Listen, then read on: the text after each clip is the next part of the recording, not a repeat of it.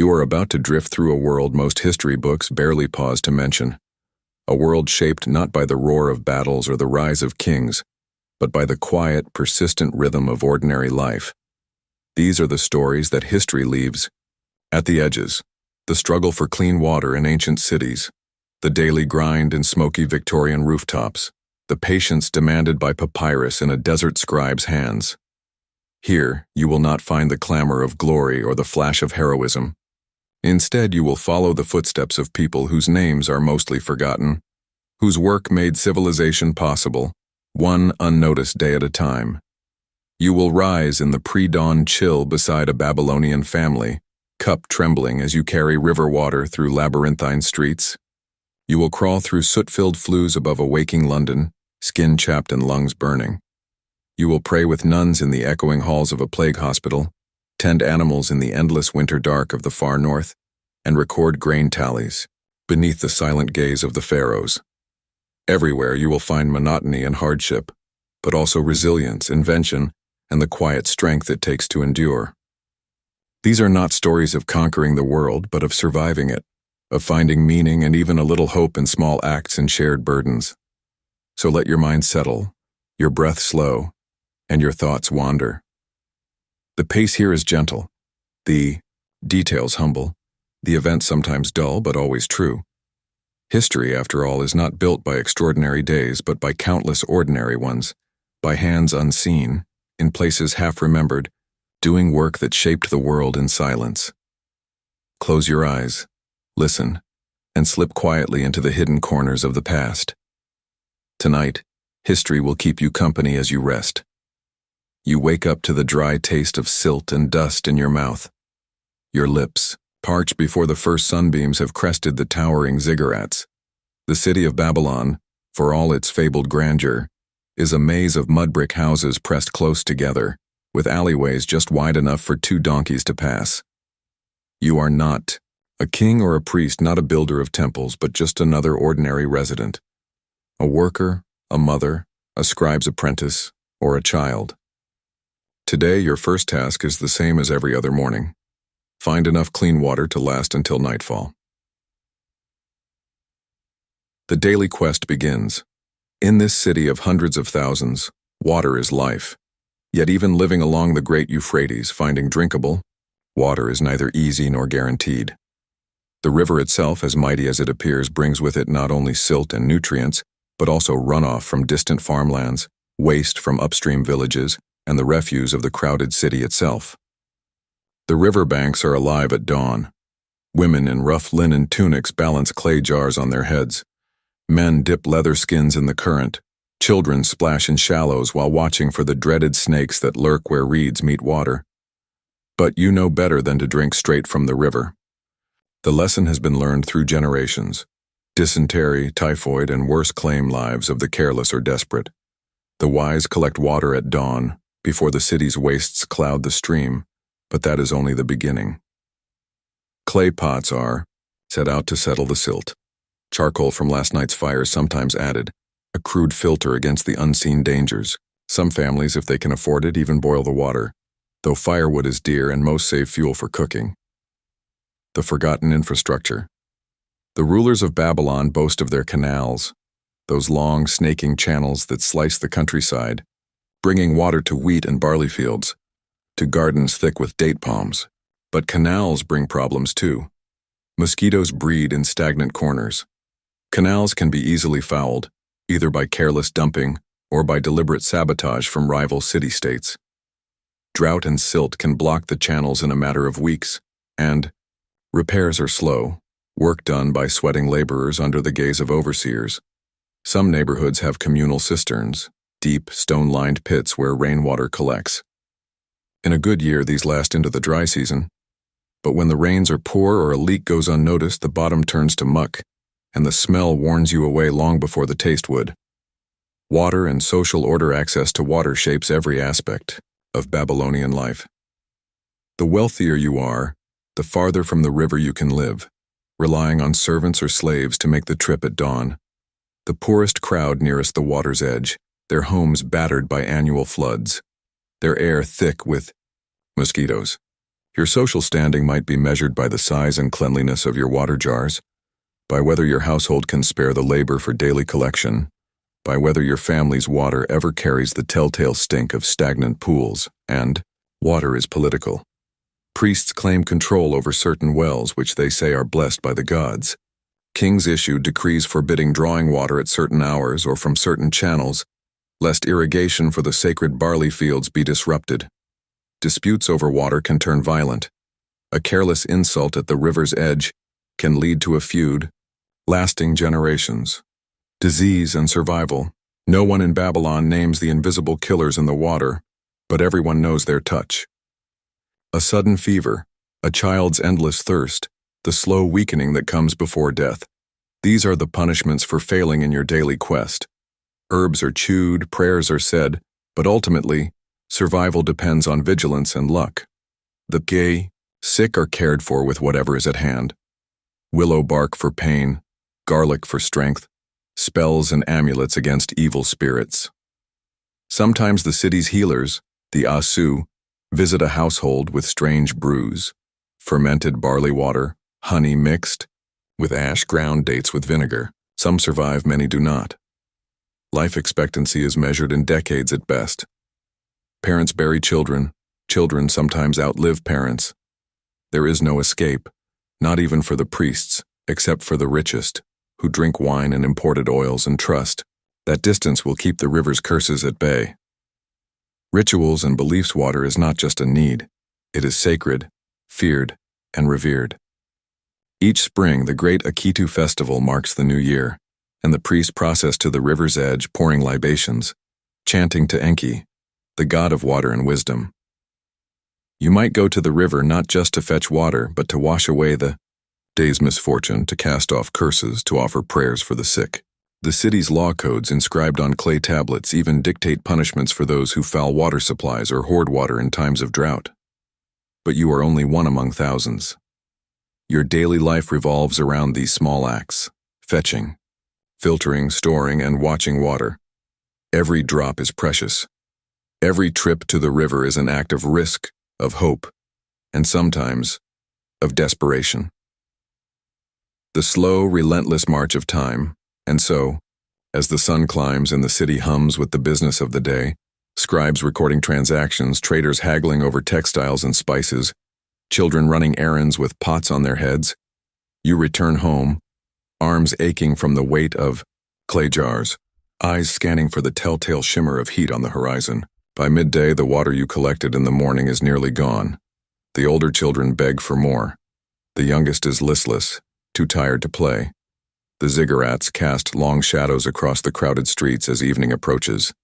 Tomorrow, you will repeat the ritual, hoping for fewer crowds at the river, for a bit of luck in finding a clean spot, for a day when the silt settles quickly, when the heat does not sap your strength. You wonder as you listen to the distant drums of the temple priests if life was ever easier here, or if every generation, back to the dawn of Babylon itself, has woken thirsty and gone to bed parched.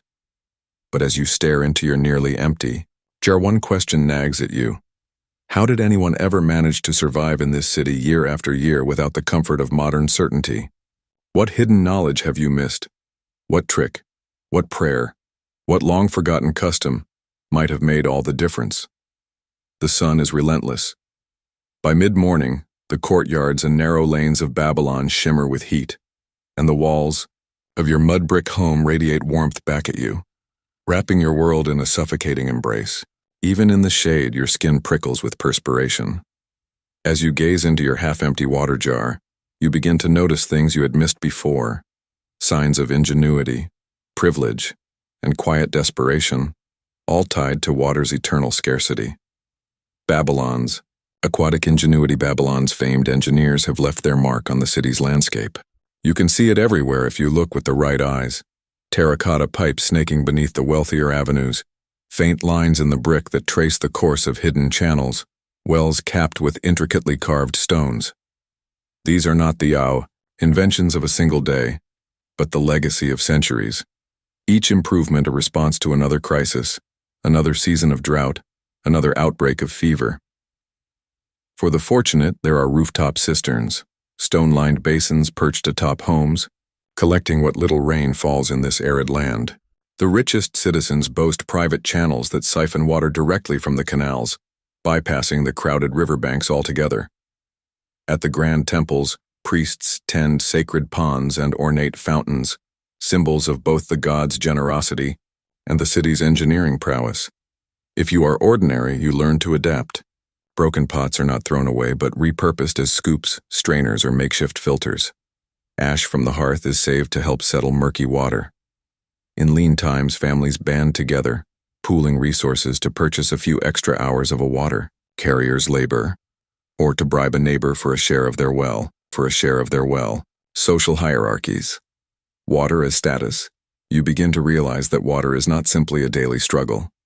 It is a currency, a marker of rank, and a source of quiet competition. In the bustling city markets, jars of filtered water command higher prices than some woven linens. The priestly class, draped in clean, embroidered garments, moves through the city with the confidence of those who will never thirst. Their temples stand as oases in the dust, guarded by stern-faced acolytes who dole out water only to the devout or the well-connected. Among the tradesmen and laborers, water is a bargaining chip. A day's work in the fields may be rewarded with an extra gourd of clean water. A neighbor's favor can be bought with a few sips during a summer drought. Old debts are sometimes settled not in silver but in water. Promises scrawled on clay tablets to be paid in jars at the next festival. Yet the city's poorest, those who live closest to the overflowing latrines, whose homes are little more than woven mats propped against the city walls, exist in a state of permanent precarity. Their children bear the brunt: raw bellies, brittle hair, and the haunted eyes of the perpetually unquenched. Labor, gender, and water's unseen burden. You start to notice the rhythms of labor that govern the city. In most households, it is women and children who bear the daily weight of water. At dawn, they slip through the crowded alleys, jars balanced on hips or heads, weaving around stray dogs and braying donkeys. It is a delicate art. Carry too much and the jar cracks. Spill even a little and you may come up short at day's end. In wealthier homes, servants or slaves take on this task, freeing their masters for more esteemed pursuits, scribal work, trade, or governance. But even here, water shapes every waking moment. It is measured out for bathing, rationed for cooking, guarded against waste. Old women recall droughts that lasted seasons, when the entire city queued for hours at the public cistern, tempers flaring and fists flying over a handful of muddy drops. Children are initiated early into water's rituals. They learn which jars to use for drinking, which for washing. They are taught to sniff, to taste, to watch for tiny wrigglers in the bottom of a pot, signs of a contaminated hall. To be careless is to risk sickness, or worse, the ire of an exhausted parent. The city's waterkeepers. Not all are equal in their dealings with water. A small but powerful class of waterkeepers, appointed by priests or royal decree, oversees the city's major wells and channels. These men and women wield quiet power. With a word, they can grant access to a clear cistern or cut off a troublesome household. Their decisions, made at dawn or dusk in the shadow of the temples, shape the city's fortunes in ways that rarely make it onto clay tablets. Some waterkeepers are corrupt, accepting bribes or favors in exchange for extra jars. Others are strict, doling out only what the law allows. In years of plenty, their work is unremarkable. In times of crisis, a failed harvest, a silted canal, a broken aqueduct, they become the city's lifeline or its most hated villains. Waterborne. Threats, more than just thirst. You cannot escape the constant threat of disease. Even the most careful families are sometimes struck by mysterious illnesses: stomach cramps, fevers, coughs that will not quit. Healers offer 1,000 remedies: potions of boiled willow bark, pastes made from dates and ash, charms worn around the neck. Still, the city's death rate remains high, especially among the young and the old. Sometimes entire neighborhoods are struck down at once, a sure sign that a cistern has been fouled or that an upstream village has emptied its waste into the river. The city responds as best it can. The sick are isolated, wells are inspected, and priests lead processions to the river, chanting prayers for deliverance. And yet, as you watch these rituals, you realize that the people of Babylon have learned to accept a level of risk that would be unthinkable in your own time. To live here is to endure. To survive is to adapt, to invent, to outlast each new wave of trouble. Innovations in crisis. Occasionally, crisis sparks invention. The story of the floating gardens comes to mind. Ingenious plots of soil and reeds tethered to the riverbanks, designed to grow food even when water is scarce. Or the clever use of animal skins, stretched and sealed with bitumen, to transport water long distances in caravans.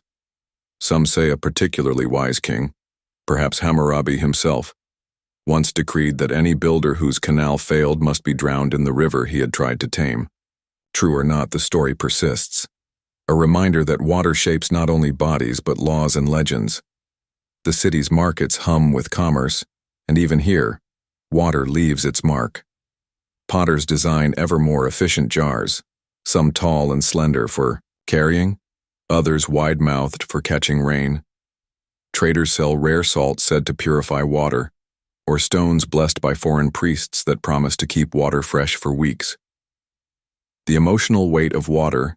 It is easy to think of water as just another chore, another item on the endless list of things to be fetched, filtered, and carried. But as dusk falls and you watch your family gather in the dim cool of the courtyard, it occurs to you that water is also memory and meaning. A reminder of every day survived, every illness overcome, every lost friend or relative remembered in the nightly prayers. Stories are told over cups of barley water, of years when the river ran clear, and years when it ran red with silt. Children listen, half drowsing, as elders recount the time a boy was lost to a crocodile, or a girl nearly drowned while washing clothes. Each tale is a warning, a comfort, and a lesson. Unequal suffering, shared endurance.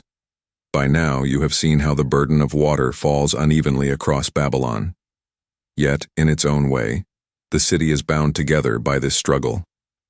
During festivals, jars of water are poured over the city's statues, an offering to the gods in a rare moment when every class, every street, participates in a single ritual.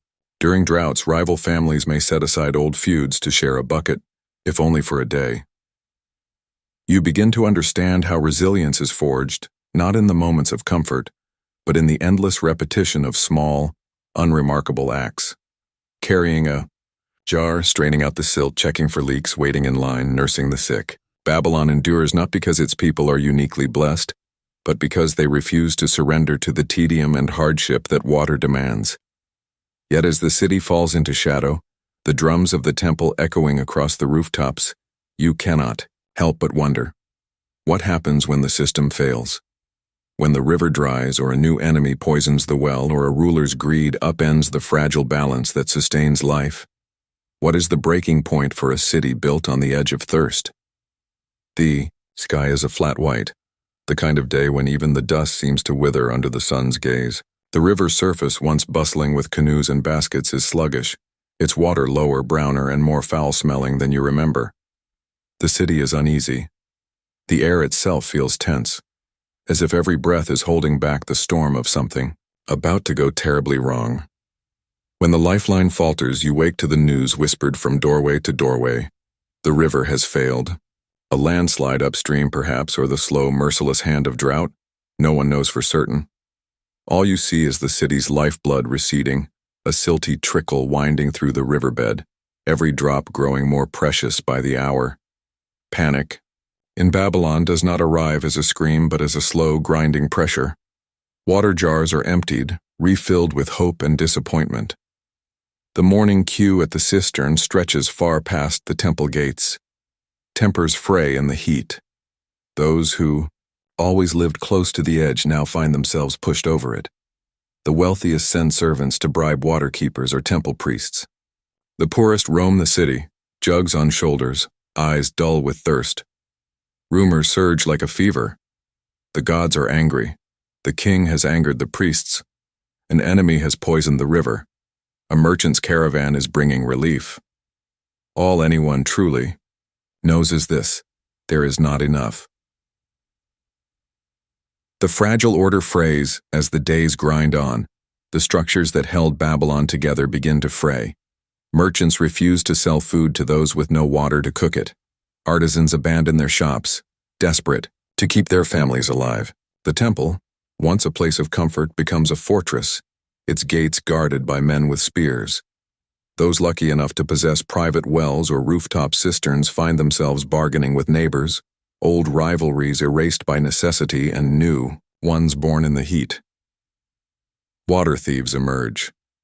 Desperate, rag-wrapped figures who creep through alleys at night, prying open jars and dipping hands into the smallest puddle. The city's legal codes, so clear on tablets, falter in the face of desperation. What punishment fits a mother who steals a cup for her child? What justice exists when the water runs out? The priests lead processions to the river, chanting for rain, pouring wine into the dust, promising that the gods will provide. But with each day, hope thins alongside the river's flow. Survival, innovation, and adaptation, yet even as order crumbles, a strange resilience emerges. The people of Babylon, so long shaped by water's demands, adapt with quiet brilliance. Some dig new wells, risking collapse or saltwater taint. Others scavenge old potsherds to create crude filters.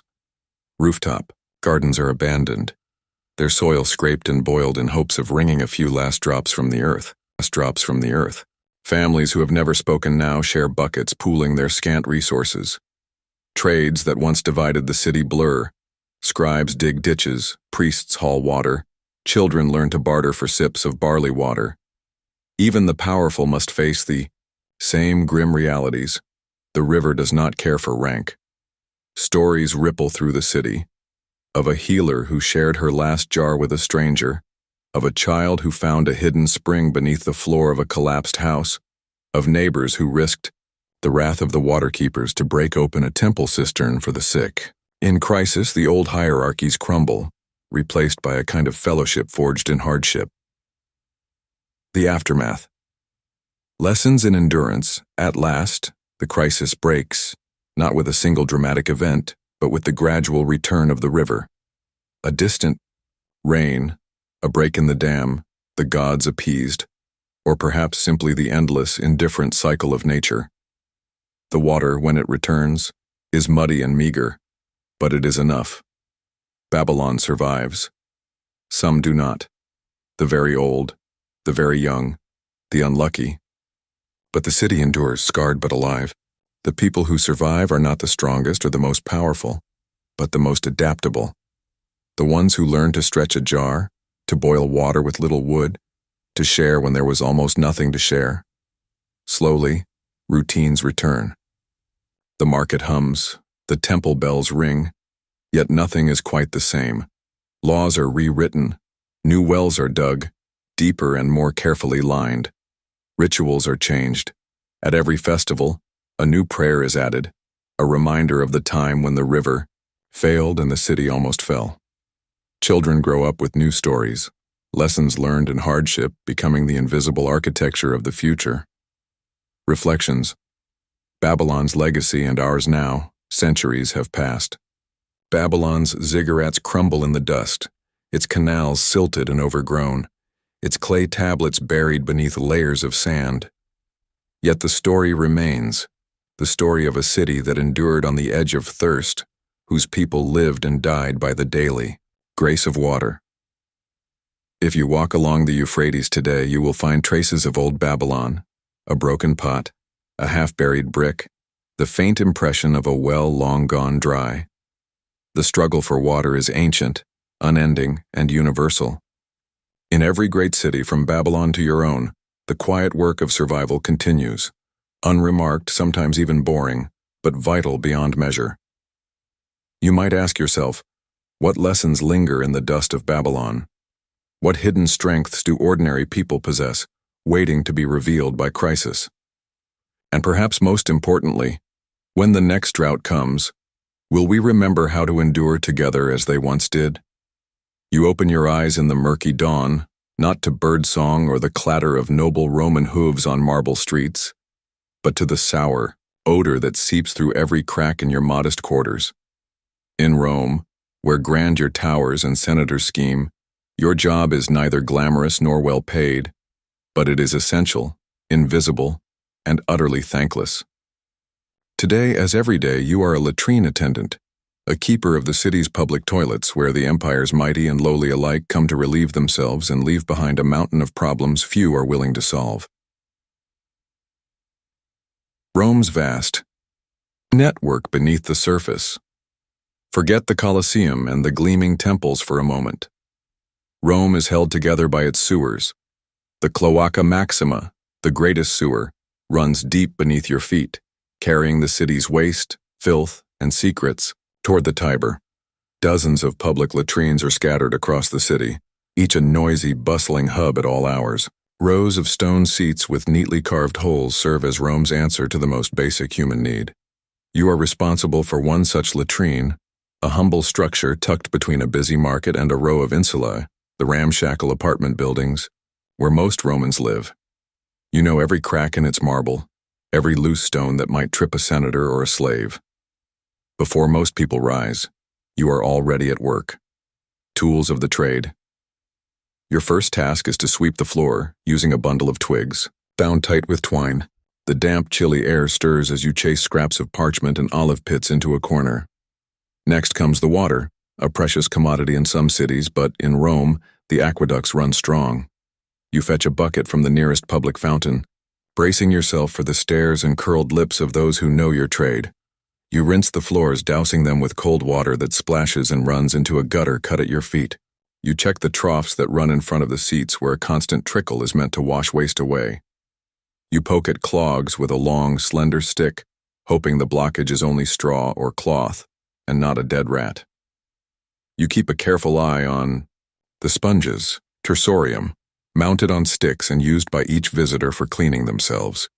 Each must be rinsed in the flowing water channel, a task as unglamorous as it is necessary. The daily rush by sunrise, the latrine fills. The wealthy come early, wrapped in togas, pinching their noses and exchanging gossip over the partition.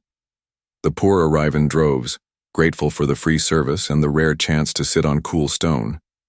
You keep a polite distance, but you hear every rumor: politics, affairs, war, famine, the price of garum in the forum. The city's entire life seems to pass through your marble hall. Children run in and out, giggling or shrieking at the imagined monsters that might lurk beneath the ice seats. Elderly men sit a little longer, grateful for the rest, sometimes dozing until a neighbor's elbow rouses them. Drunken laborers shout and sing, sometimes missing the hole entirely, leaving messes you must address later. Some visitors toss coins into the latrine's flowing water, hoping for luck or forgiveness. Others scratch graffiti on the marble, crude, jokes, declarations of love, political slogans. You keep a tally of the wittiest quips, for in a city of talkers, even the latrine has its poets. The unseen. Risks your job is more dangerous than it seems. The air itself can be treacherous. Gases rise from the sewers. Miasma, many believe, causes disease. When you enter after a blockage, you move slowly, holding a lamp ahead of you to see if the flame flickers and dies. A warning that there is little air, or worse, something noxious below. Some days you hear stories of attendants in other parts of the city who went in and never came out. Animals are another hazard. Rats and snakes are drawn to warmth, darkness, and scraps of food tossed carelessly away. You keep a stout stick nearby for both cleaning and defense. Your ankles bear the scars of careless moments. Yet for all its dangers, the work is steady. Rome is a city that cannot pause for filth. The latrine is as vital as the aqueduct or the granary.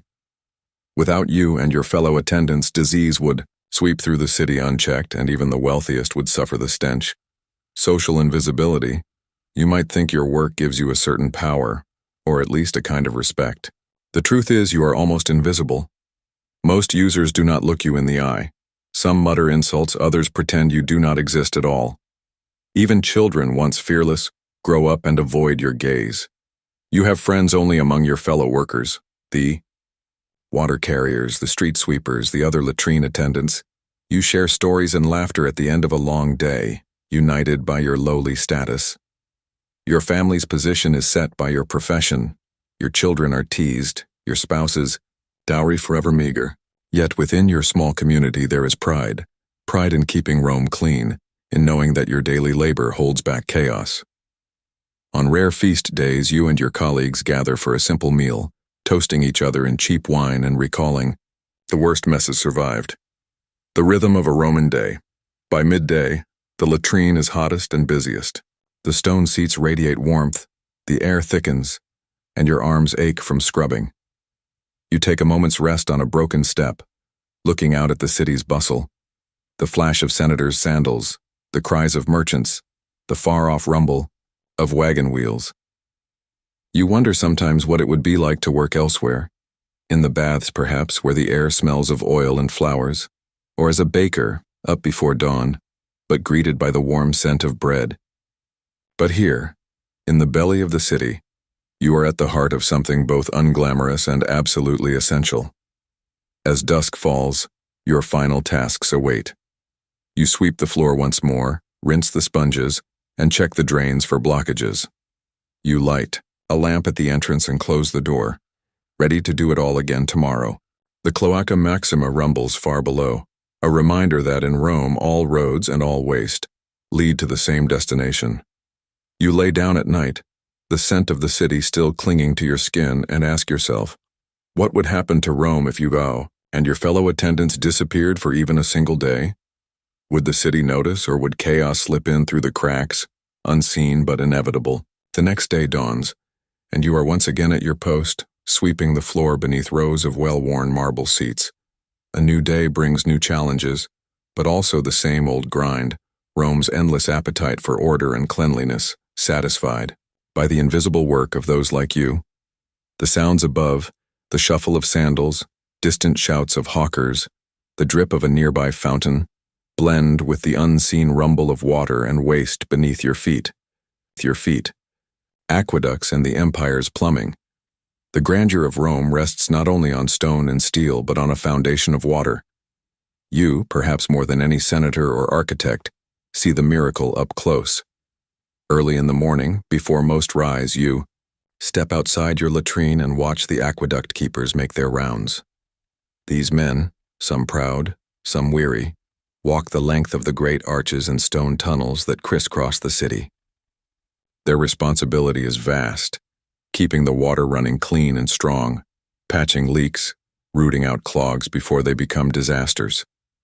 The water that flows beneath your latrine is the tail end of a journey that began miles away, in the green hills beyond the city. By the time it reaches your marble troughs, it has been piped, siphoned, pooled, and channeled through a web of tunnels and reservoirs. Rome's poorest neighborhoods are always at the end of the line. You have learned to listen for changes. The hiss that means pressure is low, the trickle that means a blockage has formed somewhere upstream. When trouble strikes, a broken aqueduct, a sabotaged sluice, a spell of drought, the effect is immediate. The latrine stinks, filth accumulates, and tempers flare. You have seen what happens when the water stops. Disease spreads, rumors follow, and the people's faith in the city's order frays at the edges. You and your fellow attendants become scapegoats for frustrations, taking blame for things far beyond your control. Human relationships in the latrine's shadow. Despite your lowly status, you are never truly alone. Over time, you become attuned to the city's many personalities, its patterns and secrets revealed in fleeting encounters at your marble benches. There are the regulars, the baker who brings a scrap of bread in thanks for a clean seat, the tired soldier whose boots leave tracks of mud, the merchant's son who jokes with you before joining his friends in the forum. Some speak kindly, others avoid your eyes, but all are part of your daily landscape. The local children, initially fearless, soon learn to treat you with a strange respect, half wary, half affectionate. They know that you can be bribed with gossip, or a stolen fig, and in turn you look out for them, shooing away stray dogs and keeping an eye out for trouble. You become, if not a friend, at least a fixture, the silent guardian of a place everyone uses but few wish to talk about. Other attendants, Scattered throughout the city are your true kin. You trade stories, warnings, and the occasional tip about a new tool or method for clearing a particularly stubborn drain. There is camaraderie in hardship, a knowing smile exchanged when the work is particularly foul, a shared moment of laughter, at a senator's expense. In a city as vast as Rome, these small connections matter. Cleanliness, contagion, and the limits of control. Rome's obsession with cleanliness is both blessing and curse. The public latrine is a wonder of civic engineering, but also a breeding ground for disease. Some say the city is protected by its flowing water and its obsession with ritual washing. Others whisper that, in the heat of summer, the air itself is poisoned by what seeps up from below. You hear stories, some true, some wild rumor, of outbreaks in distant quarters. Fever, cough, a wasting sickness that leaves whole buildings empty. The city's doctors, the Medici, are summoned, offering herbal cures and amulets. Priests perform rituals, burning incense and reciting prayers to ward off miasma. But you know the truth. There is no perfect defense. A blocked drain, a broken pipe, a careless hand can undo weeks of hard work. Your own health is never certain. Some days you cough, your eyes burn from the fumes, and you wonder what lingers in the damp beneath your nails. Friends have fallen ill. Some never return. You have learned small tricks to keep yourself safe. Never linger long after cleaning. Always wash your hands in the fountain. Never eat with unwashed hands. Social stigma and unspoken gratitude. For all your efforts, the city's attitude toward you remains complicated. On the one hand, your work is vital. On the other, it is invisible, even despised. There is a kind of hierarchy to dirt. Those who produce it, those who remove it, and those who never wish to acknowledge either group. You feel the sting of avoidance in the marketplace, the wary glances at public fountains, the awkward silence. When your profession is mentioned, your clothing marks you out, simple, often stained, never fashionable. Your hands are rough, your nails perpetually rimmed with grime. Yet every so often, a quiet moment of recognition slips through. A senator leaves a coin on the bench. A matron offers a nod of thanks. A magistrate stops to ask after your health. These small acts remind you that, for all its pride, Rome cannot function without its cleaners. The endless routine and fleeting moments of pride. The days blur together, scrubbing, rinsing, fetching water, clearing clogs. The rhythm is relentless, but within it, you find a strange satisfaction. When the water runs clear, when the marble gleams, when visitors pause to admire the order you maintain, there is pride. You, the lowest of the low, are a guardian of public health, a silent builder of the city's greatness. In rare moments when the city celebrates a festival and even the poor feast on bread and wine, you and your fellow attendants gather in the shadow of the temple. You toast your small victories. Another year without a plague, another month without a major flood, another day the Cloaca Maxima continues its ancient journey to the river. The unresolved challenge. Yet for all your skill and vigilance, there remains a question you cannot answer. Every so often, as you light the lamp at dusk and watch the city fade into night, you wonder, how long can this fragile order last? Can a city built on so much filth, so much hidden labor, truly endure? Or is it always one disaster, one broken aqueduct, one forgotten blockage away from chaos? Dawn breaks and something is different.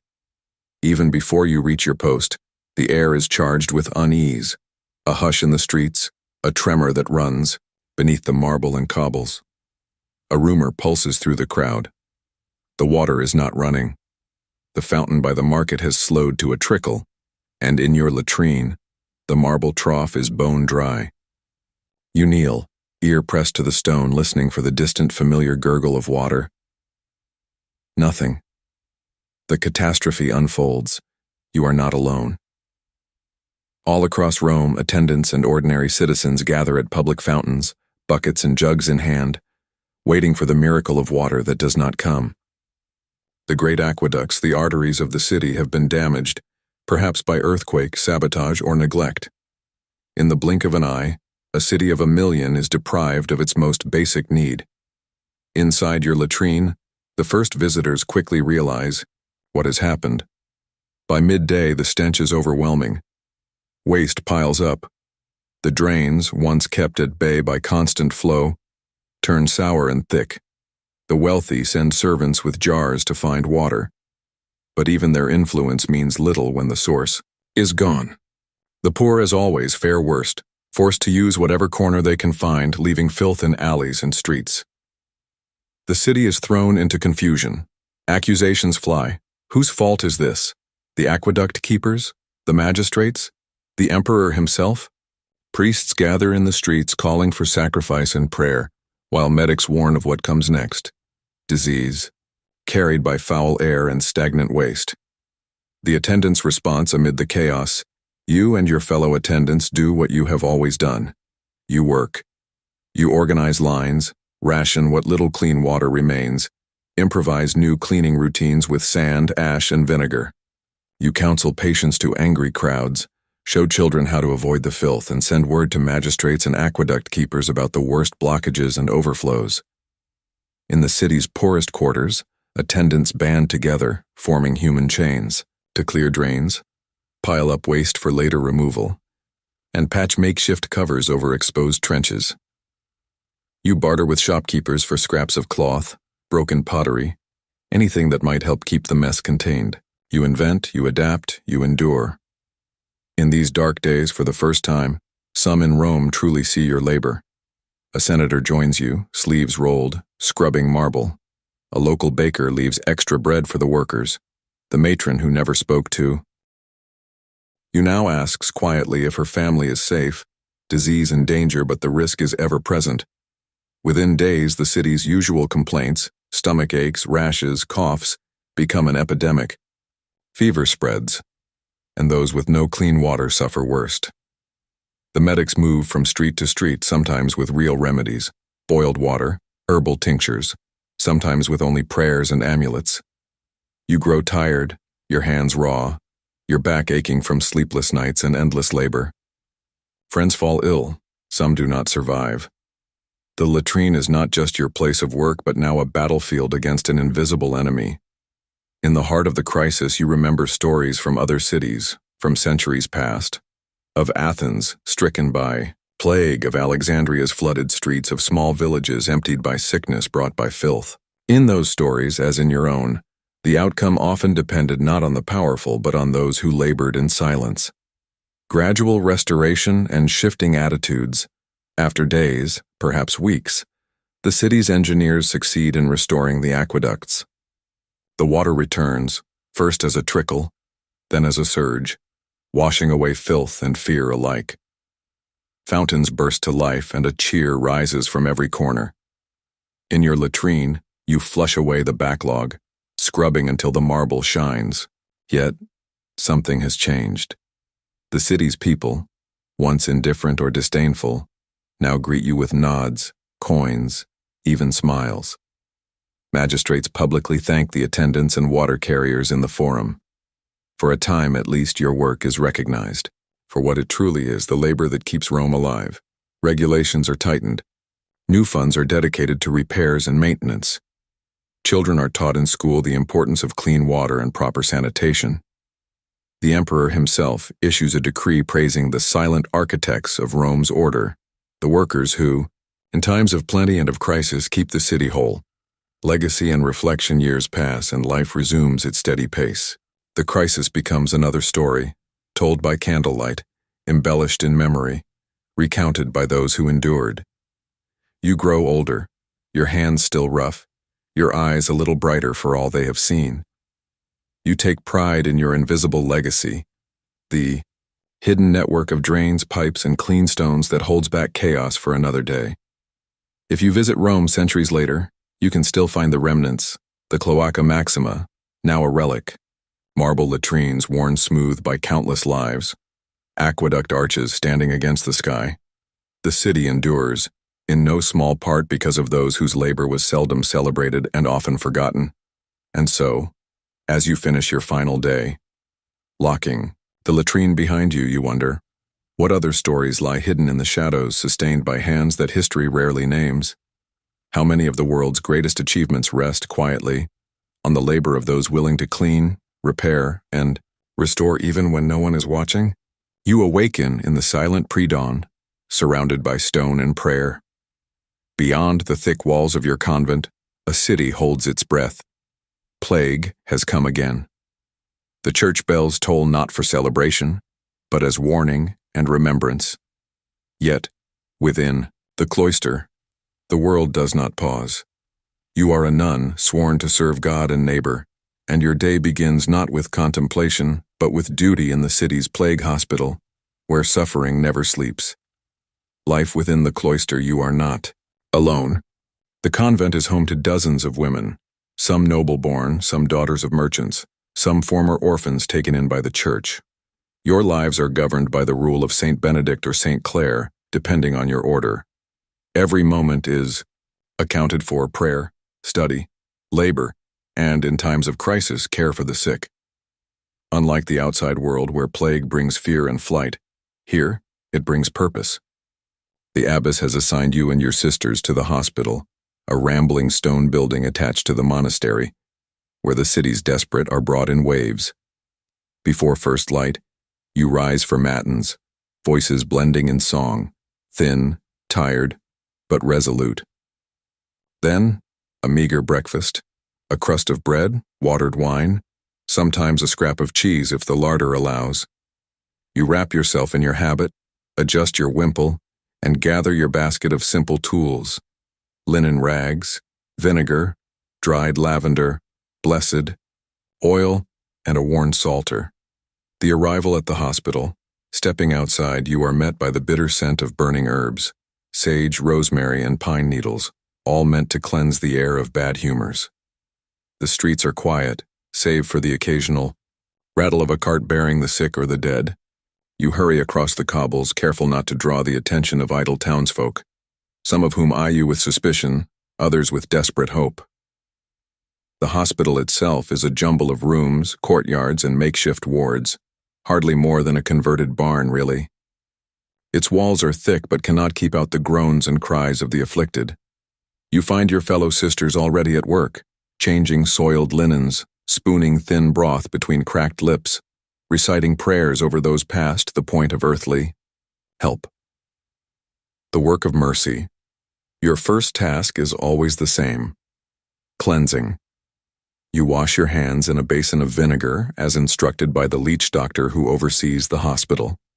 Then, you move from cot to cot, wiping foreheads, cleaning wounds, and changing bandages stiff with blood or worse. Each patient is a lesson in humility, a reminder of the flesh's frailty and the soul's endurance. Some are city folk, brought in by family or parish priest. Others are travelers, found collapsed by the roadside.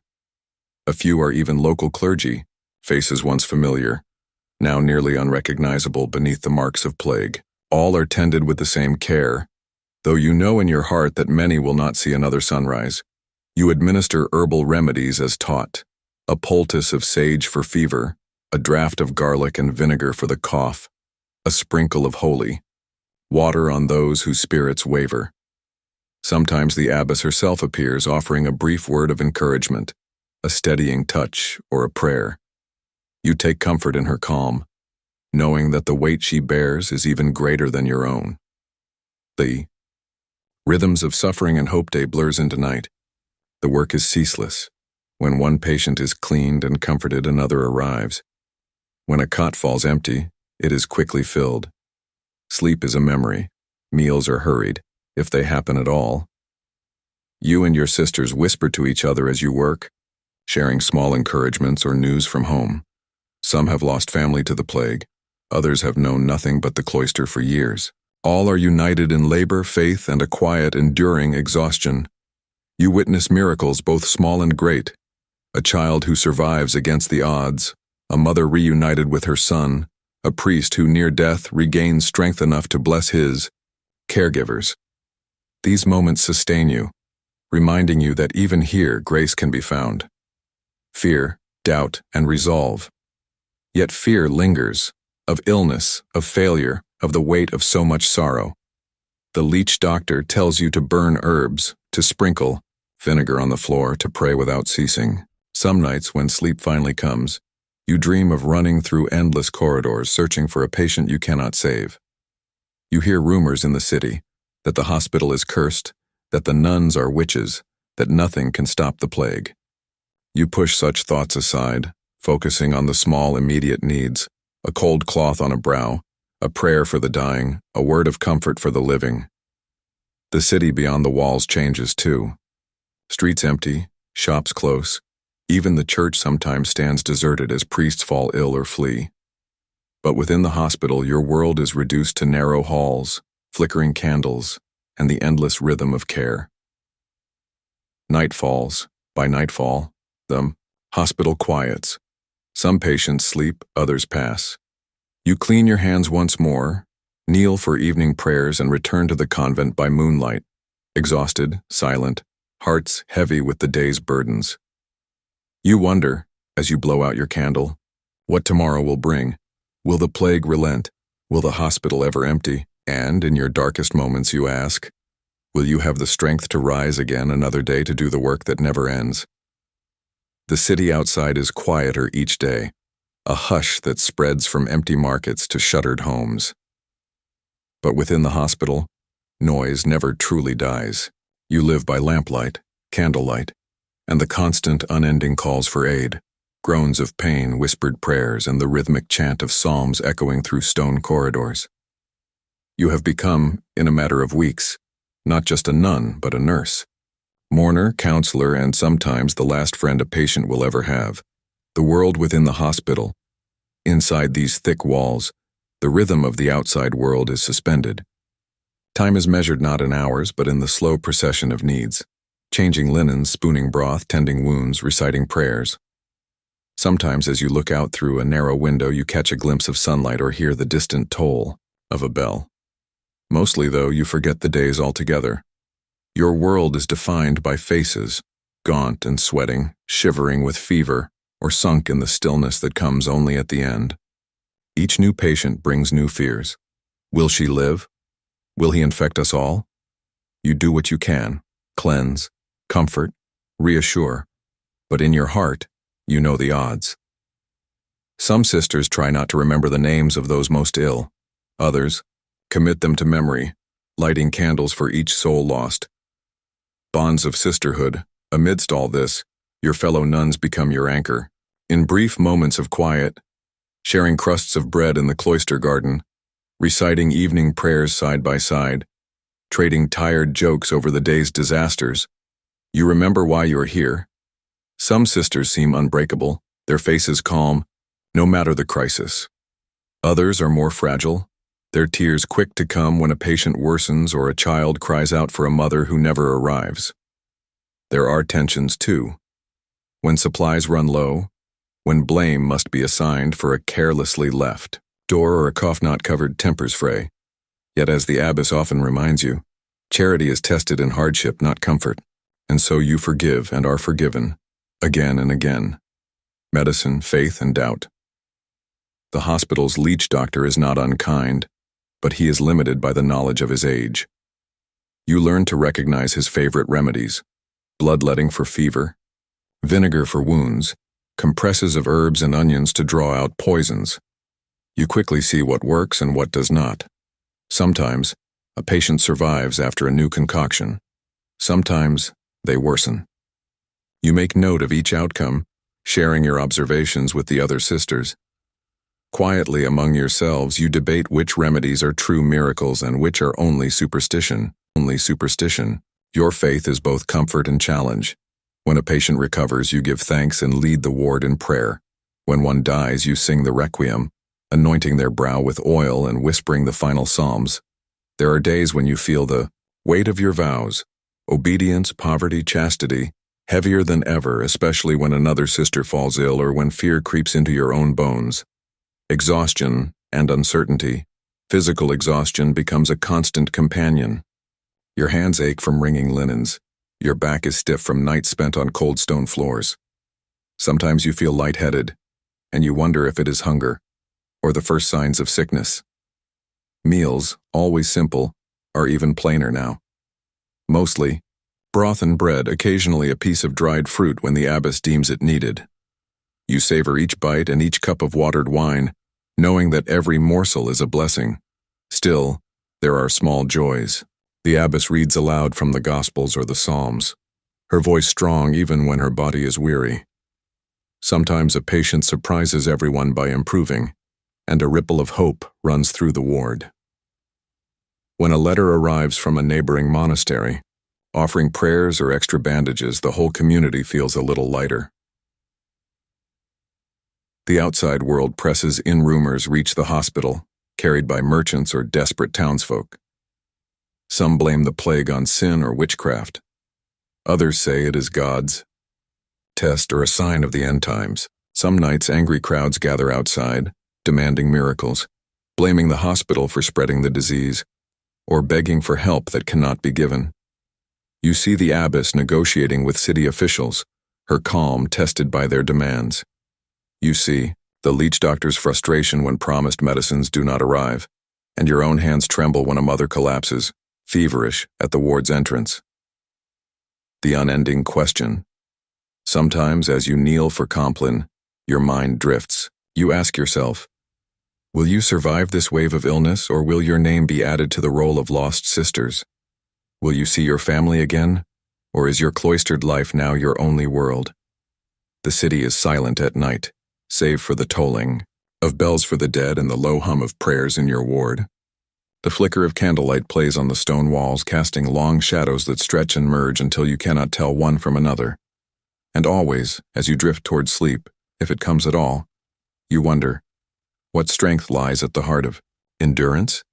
Is it faith, habit, hope, or simply the refusal to yield in the face of endless suffering? And if the plague never ends, what then will become of you, your sisters, and the city you serve? It is late spring when the first signs of relief begin to whisper through the hospital corridors. The air is still tinged with the sharp scents of vinegar and herbs, but outside, the city's bells sometimes ring for weddings or baptisms, not only for the dead. Inside the convent, your body aches with fatigue, but hope flickers anew. The worst of the plague may have passed, yet its legacy lingers in every shadow and silent bed. The waning of the plague. The flow of new patients, once relentless, slows to a trickle. Some nights there are empty beds in the ward, a rarity you barely dared imagine. The sisters move with less urgency, though always with the memory of sleepless weeks carved into their posture and voices. You feel both lighter and strangely hollow. The habit of vigilance, of listening for coughs, watching for fevers, bracing for the next crisis, remains even as the danger ebbs. Some patients recover enough to leave, embraced by grateful relatives. A few linger, convalescing in the soft sunlight that finally warms the convent's stone walls. Your hands, chapped and raw, tremble less each day. You share quiet smiles with the other nuns over a shared loaf or a cup of thin wine. The leech doctor praises your steady hands and patient hearts. The abbess blesses each of you for sacrifices made in silence, loss and remembrance, yet joy is tempered by loss. Some beds are never refilled. Your prayers for the dead grow longer, each name a memory, a lesson, a blessing. Among your own number, there are empty places at the refectory table, habits carefully folded in memory of sisters who did not survive. You help tend the small convent cemetery, marking graves with simple wooden crosses and whispered psalms. The rituals are grounding, tending earth, planting flowers, remembering not just the suffering, but the endurance and love each sister gave. Outside, the city is marked by absence. Familiar merchants gone, neighbors vanished, some churches shuttered for lack of priests.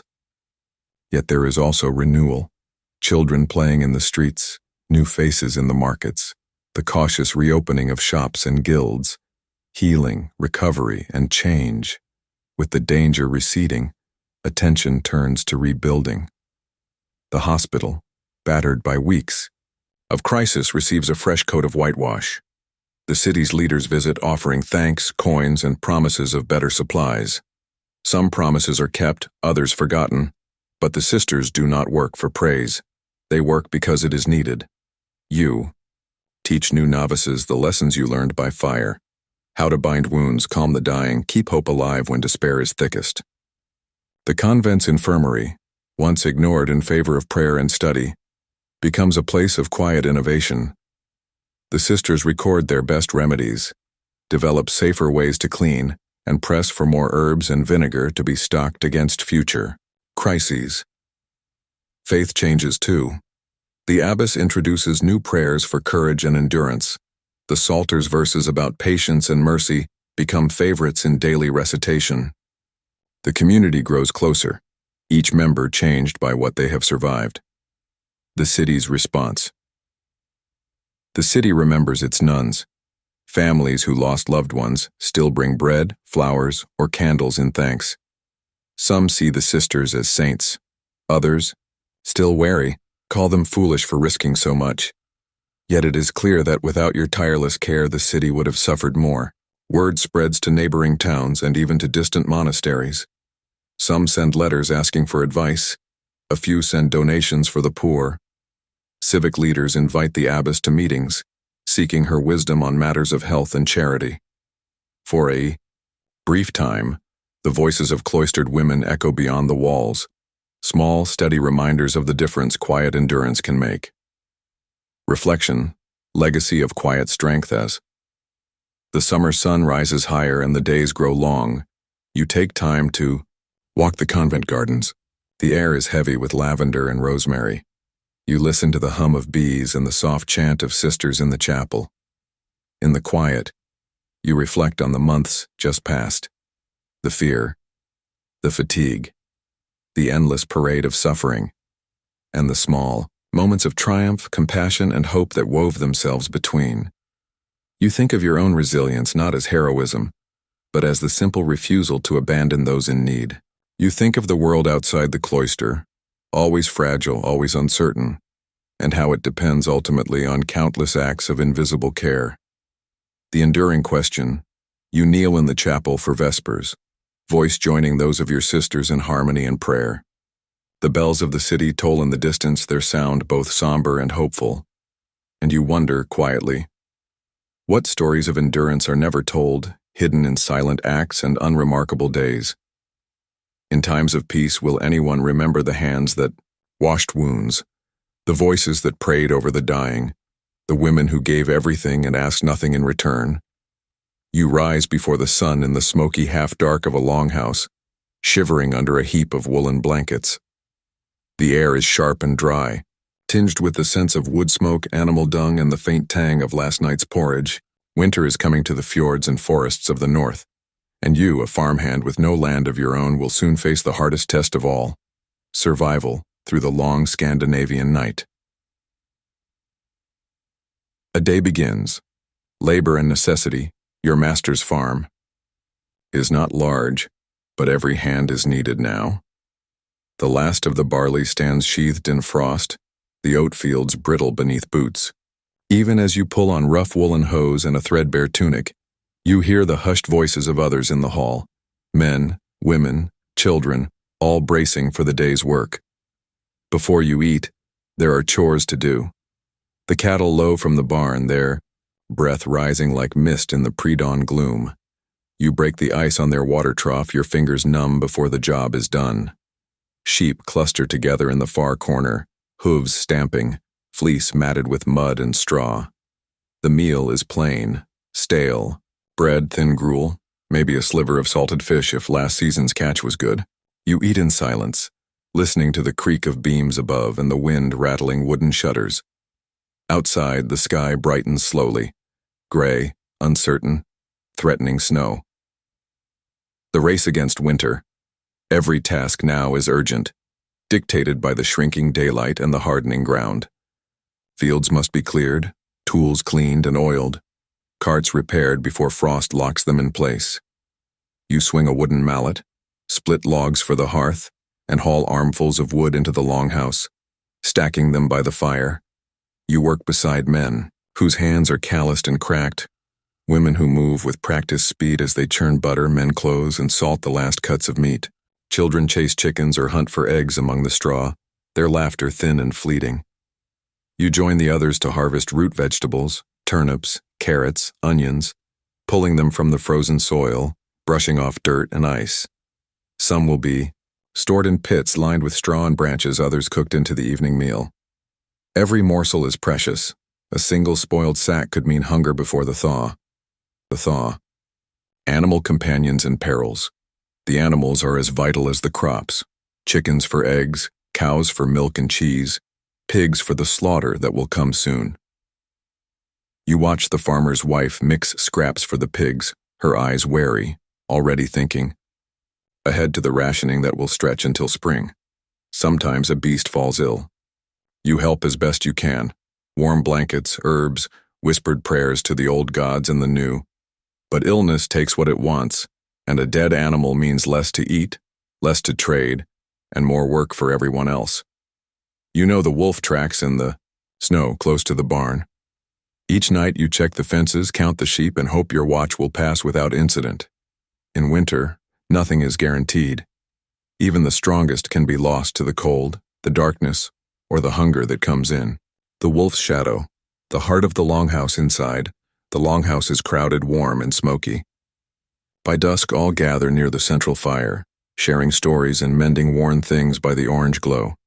Smoke stings your eyes and settles in your clothes, but you are grateful for its warmth and its protection from the biting wind. Elders share tales of spirits in the forest, gods who test the brave, winters past when ice froze the fjord solid, and only those with cunning and luck survived. Children listen with wide eyes. You listen too, though your mind is on tomorrow's chores and the emptiness in your stomach. The master's family sits nearest the fire. Farmhands like you cluster toward the back, sleeping on rushes and old furs. Privacy is rare, comfort rarer, still. But there is solace in community, in knowing that survival is a shared burden. Each person's work is vital, each failure a risk for all. Fears in the darkness. Night is long in the north. The fire burns low and the silence outside is heavy, broken only by the wind, the creak of timbers, or the distant howl of a wolf. You lie awake, aware of every ache and chill in your body. You think of the stores in the cellar. Will they last? Of the ice thickening on the river. Will it hold when you fetch water in the morning? Of the hands you work beside. Will they all be there when the sun rises again? You say a quiet prayer, uncertain if anyone is listening, and draw your cloak tight. Tomorrow will be another day of work, another day closer to spring or to starvation. And as you drift to sleep, one question lingers. What will it take, this year, to make it through the endless dark? Luck, strength, or something more? Will you, and those beside you, endure until the first thaw?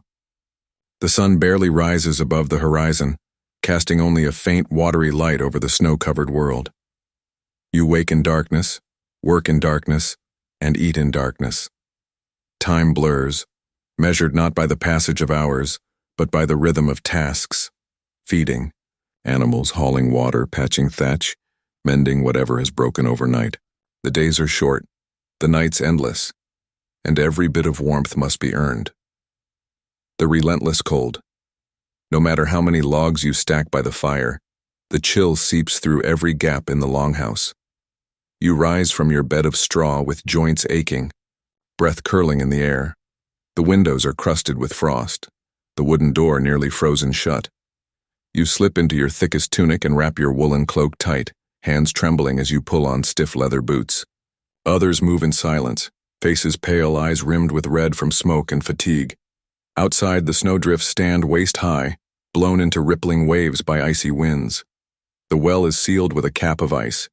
You break it with a heavy iron bar, then draw bucket after bucket, each trip a minor victory over the elements. Food and famine. The root cellar is a sacred place now. You enter with respect, counting what is left. Turnips, onions, salted fish, wheels of hard cheese, a few wrinkled apples. Every item is rationed. The mistress of the farm keeps careful lists, doled out with strict fairness. Even the master's table is austere. Watery stew thickened with dried peas, the occasional shred of smoked pork, rough bread from last autumn's grain.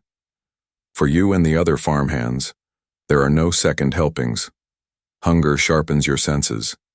Each meal is an exercise in patience and gratitude. Children whine, elders sigh, but all understand there is no more, and none will come until the earth softens in spring. The web of community, in the long dark, survival becomes a collective act. Every hand counts. The oldest teach new tricks for stretching resources, the youngest are sent on short, careful errands outside. Men repair sleds for the next supply run. Women patch every garment, and children fetch water and split kindling with small, chapped hands. On nights when the wind howls too fiercely for sleep, stories fill the air. Elders recall winters when wolves prowled the village, when two families shared a single hearth, or when hunger led to bitter choices. Each tale carries a lesson about courage, cleverness, or the simple power of stubbornness. Quarrels flare more easily in the cold. Tempers snap over chores, lost tools, or the unfairness of the master's share. Yet feuds are quickly mended. Grudges are dangerous luxuries in a world where everyone's effort is needed. You find comfort in laughter shared by the fire, in the quiet nod of a companion who understands your fatigue without words. Ancient beliefs and winter rituals. The old ways are strongest now. Each week the mistress scatters salt by the doors to ward off spirits said to wander in the dark. A carved Thor's hammer hangs above the hearth, and someone leaves an offering of bread and honey near the storage pit.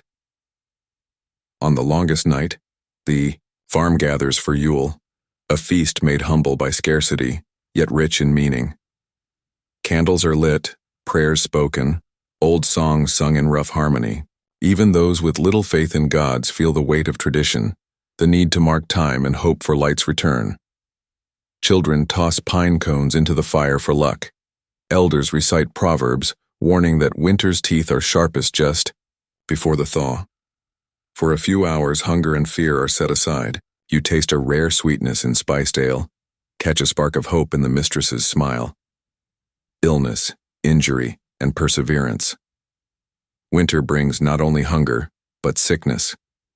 Coughs deepen in the smoke-filled air. A simple cut can fester and threaten. A limb.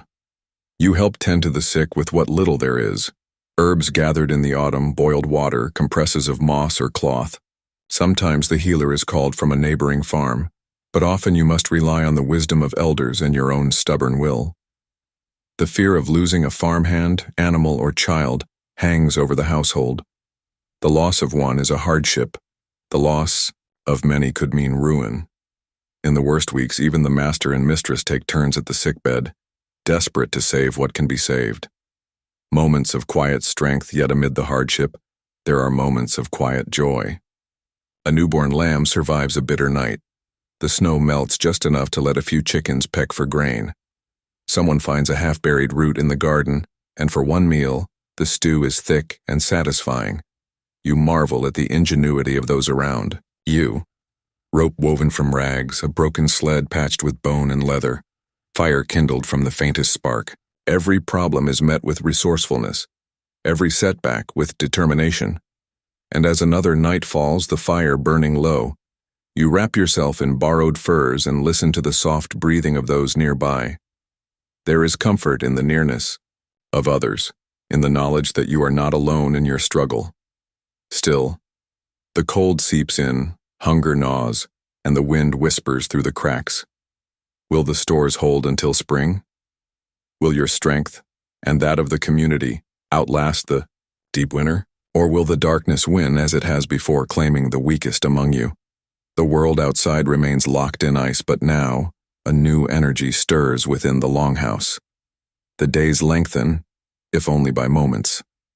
The snow glows faintly gold beneath the pale sun, and the promise of spring flickers in every cold breath. For a Viking farmhand, this is the season of testing, the final weeks, when supplies run lowest, tempers run highest, and every hope rests on making it through to the first thaw. The edge of endurance, you wake as always before sunrise. The cold seems sharper, your body thinner, movement stiff from months of labor and scant food. Around you others are quieter now, saving strength. The root cellar, once full, holds only a few shriveled onions, some hard cheese, and a single barrel of sour ale. No one speaks of hunger directly, but you see it in the faces of the children, the way hands linger over crumbs, the silence at meals. The master and mistress ration every bite. Some days there is little more than broth and the hope that a neighbor might have something to trade. Outside, chores are a battle with the elements. The woodpile dwindles. Each trip to the well risks frostbite. You patch boots with scrap cloth, mend harnesses with brittle sinew. The animals grow restless, thin, wary, huddled against the wind.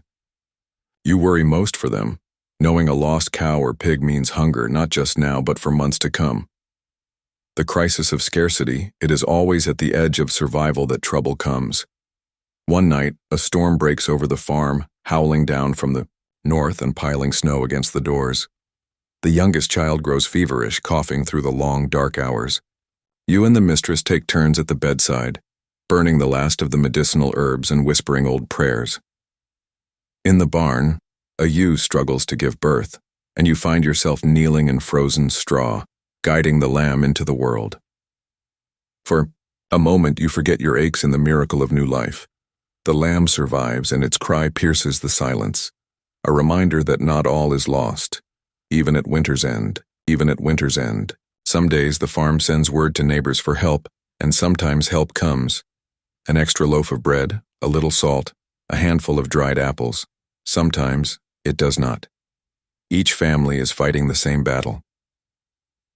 The power of community, it is in these final bitter weeks that community becomes everything. No one survives alone. You trade labor for food, stories for comfort, and, when the need is greatest, even debts forgiven in exchange for a promise to help when your own luck turns. The Yule log, once burned bright for hope, is now a memory, but the bonds forged during those nights remain. Old quarrels are set aside, at least for now. If a barn collapses or a fence gives way, the neighbors come to help, even if their own hands are empty. It is a simple truth. One person's loss is everyone's risk. When the child's fever breaks, you share the relief as if it were your own kin. When the lamb takes its first shaky steps, the whole household gathers in cautious celebration. The first signs of spring. Then one morning you step outside and hear water running, a faint trickle beneath the snow. The sun, higher than it has been in months, glints off melting icicles. Birds call, hesitant at first, then more boldly.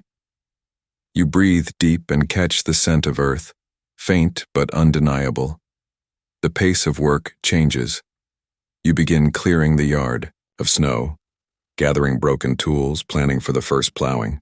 The root cellar is nearly empty, but spirits rise with each new sign that the world is turning back toward life. The farm's animals, too, sense the shift. Cows and sheep venture outside, blinking in the watery sun.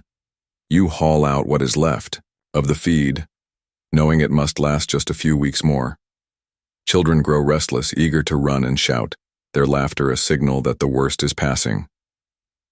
Looking back, the weight of what was endured.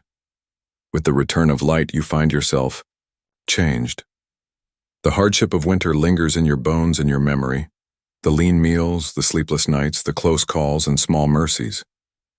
You have lost weight, gained scars, and learned 100 lessons about patience, thrift, and resilience. Some are not so lucky. Neighbors who lost too much, a child who did not recover, an old farmhand who simply could not last through the cold. Their absence marks the spring as much as the new buds on the trees. Yet there is pride, too, in what you and your household accomplished. You survived, not by strength alone, but by the unglamorous habits of care, patching, mending, sharing, forgiving. You are part of a chain that stretches back through generations. Each winter survived, each lesson carried forward. Reflection. Legacy of the ordinary. As the farm bursts into life and planting begins anew, you find meaning not in grand victories, but in the quiet, repetitive acts that kept hunger and darkness at bay. Survival, you realize, is built on patience, stubbornness, and the willingness to keep going, day after day, task after task. And as you look to the future, you ask yourself, what stories will be told of this winter? Will anyone remember the hunger, the cold, the countless hands working in silence to keep hope alive? Or as the years pass, will it all fade into legend? Just another long winter, survived and forgotten, until the next one comes again? You wake, to the sound of distant bells and the cold nudge of your master's boot. It is still dark in the cramped attic where you sleep, tucked beneath threadbare blankets with 3 other boys. The air is heavy with coal dust, the floor gritty beneath your bare feet. You have learned even before opening your eyes what sort of day awaits. A day just like every other, in the winding lanes and endless rooftops of Victorian London. The Yar. World above and below the city is waking too, though much of it never truly sleeps. Smoke curls from thousands of chimneys, painting the dawn gray. You and the others scramble into your clothes. Coarse trousers, a patched shirt, an old cap that does little to keep the soot from your hair. Your master, Mr. Brackett, is waiting, in the stairwell, his breath steaming in the cold. He's a man of sharp voice and quicker temper, but he feeds you and keeps you working. There are worse fates than this, you remind yourself, though it's a hard comfort on mornings when hunger gnaws and your bones ache from the day before. Down the stairs, through alleyways sticky with refuse, you trot behind him, tools in hand. The brushes are bundled in a rough sack, rods clattering together. You carry a burlap cloth for kneeling and a tin for the scraps of coal you might collect. Your pockets hold little else. The first climb. Your first job is a grand house near the river. The lady of the house meets Mr. Brackett at the door, nose wrinkled, voice clipped. The sweep is a necessity, not a welcome guest. Chimneys clogged. With soot threaten fire, and even the wealthy must have them cleaned. You are chosen for the first flue. The passage is narrow, only a child can fit. Mr. Brackett ties a rope around your waist, gives you a brush and a reassuring slap, and up you go inside the chimney. It is black and close and choking. Your knees scrape brick, your elbows bruise on rough mortar. The soot clings to your skin, gets in your eyes, fills your mouth. You work quickly, scrubbing, twisting, pushing upward, knowing Mr. Brackett is timing you from below. Emerging at last, you blink in the cold air, coughing up black phlegm. The lady tuts, Mr. Brackett nods, and you move to the next house, and the next. The day has only begun. The endless routine, the work never really stops. From dawn until dusk you scramble through flues, brush out grates and haul away buckets of soot. London's chimneys are everywhere, tenements, shops, great estates, and everyone must be swept, by law, several times a year. You learn to move, quickly, to judge the angle of a bend, to avoid the worst cracks where brick has crumbled. Sometimes a flue is blocked not just by soot but by a dead bird, a lost cat, or last year's jackdaw nest. On good days you collect a few lumps of unburned coal to take home, treasure for the hearth in your attic room. On bad days, the soot burns your eyes, the cold seeps into your bones, and your stomach rumbles until you nearly faint. Lunch, when it comes, is bread and dripping or a boiled potato if Mr. Brackett is feeling generous. You eat in a stairwell, sharing crumbs with the other boys and stealing sips from a single tin cup. There is little time to talk. There is always another job, another chimney, another climb. Dangers in the dark chimney sweeping is more than dirty work. It is dangerous. You know the risks better than most. The smallest boys go first, sent up the tightest flues. A wrong move, a sudden cough, and you can get stuck, wedged so tight the air seems to disappear. Some boys panic and try to scramble back. Others go still and silent. You have known both. The older sweeps tell stories of boys lost, their names remembered only in the ghostly coughs heard late at night.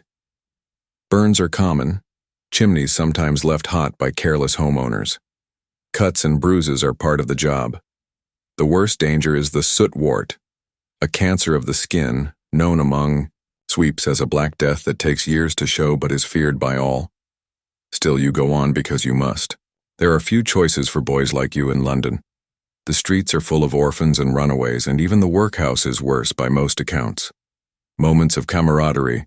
For all its hardships, there is comfort in the company of the other sweeps. In stolen moments between jobs, you joke, tease, and share stories. Someone always has a song, a game, or a plan for filching a sweet from a distracted cook. You look out for each other as best you can. When one boy falls sick, the others try to carry his load or sneak him extra bread. Mr. Brackett is gruff, but even he knows the value of a good team. There are houses that will only allow sweeps they trust. At night, you collapse together in your attic nest, muscles sore, lungs heavy, but grateful for warmth and each other. The city is dangerous, but you are not alone. Restless night sleep does not come easily. The soot clings to your skin even after a hasty wash.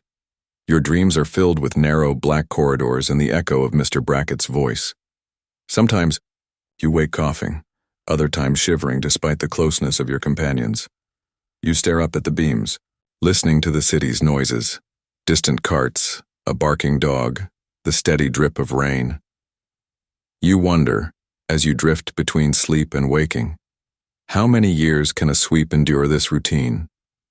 Will you ever see another life beyond the roofs and soot of London?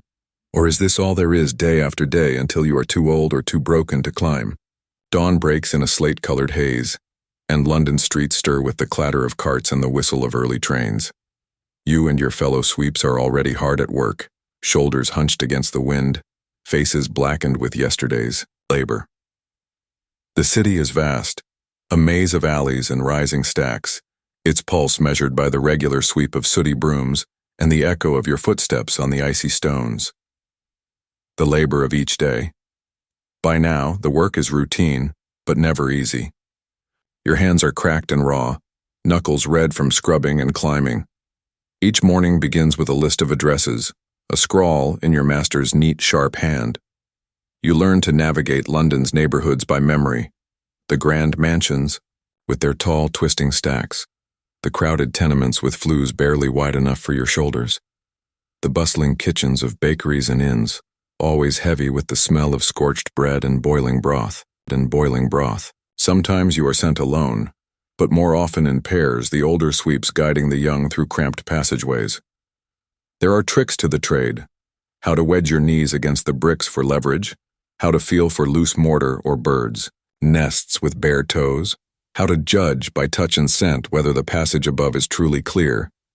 The master's voice haunts your thoughts. Quick now, not so slow. That's someone's breakfast burning, and it's your job to make sure.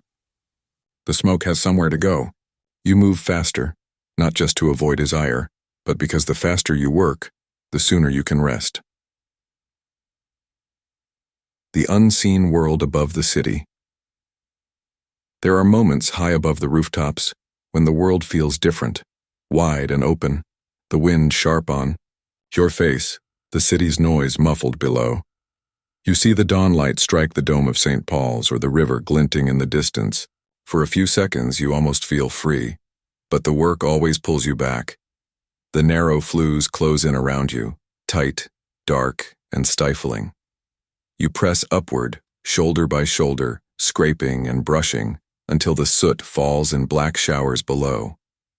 Your lungs ache, your skin itches, your eyes water with every blink. In winter, the cold is a constant companion. Fingers stiff, breath steaming in the flue. In summer, the heat is worse, sweat mixing with soot until you are slick and dizzy. But every season brings the same routine. Climb, sweep, cough, descend, and repeat. Friendships in the gutter. You and the other boys learn to rely on one another. There are quiet, unspoken pacts. If one is stuck, another fetches help. If someone finds a stray coin in the ash, it is shared, if only in secret. There is a kind of pride among you, a toughness born of necessity. Only the clever last long, one boy whispers, or the lucky. You nod, not sure which you are, but hoping for a bit of both. On the rarest days, you are given an afternoon off, usually when a job is canceled, or the master is called away. You spend the time playing kickstones in the alley or racing up scaffoldings left by bricklayers. These brief escapes are treasures, though you always know the next dawn will bring the same old grind. The older sweeps talk of running away, joining the Navy, working on the docks or stowing away to the country. You listen with a mix of envy and disbelief. London, for all its hardship, is the only world you know. Health, sickness, and the toll of soot you hear sometimes about boys who fall ill, coughing blood or racked with fever. Some blame the soot, others the cold or the bad air in the chimneys. The master says the work is good for the constitution, but you have your doubts. You have seen the scars on older sweeps, the slow, shuffling walk of men who can no longer climb. You have felt the sting of blisters that will not heal, the ache in your chest that sometimes lingers for days. Still, you go on.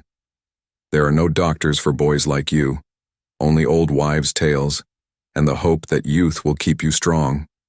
If you fall behind, you risk the workhouse, a fate worse than the chimneys by all accounts. When one of your group is taken ill, you all worry. Will he return?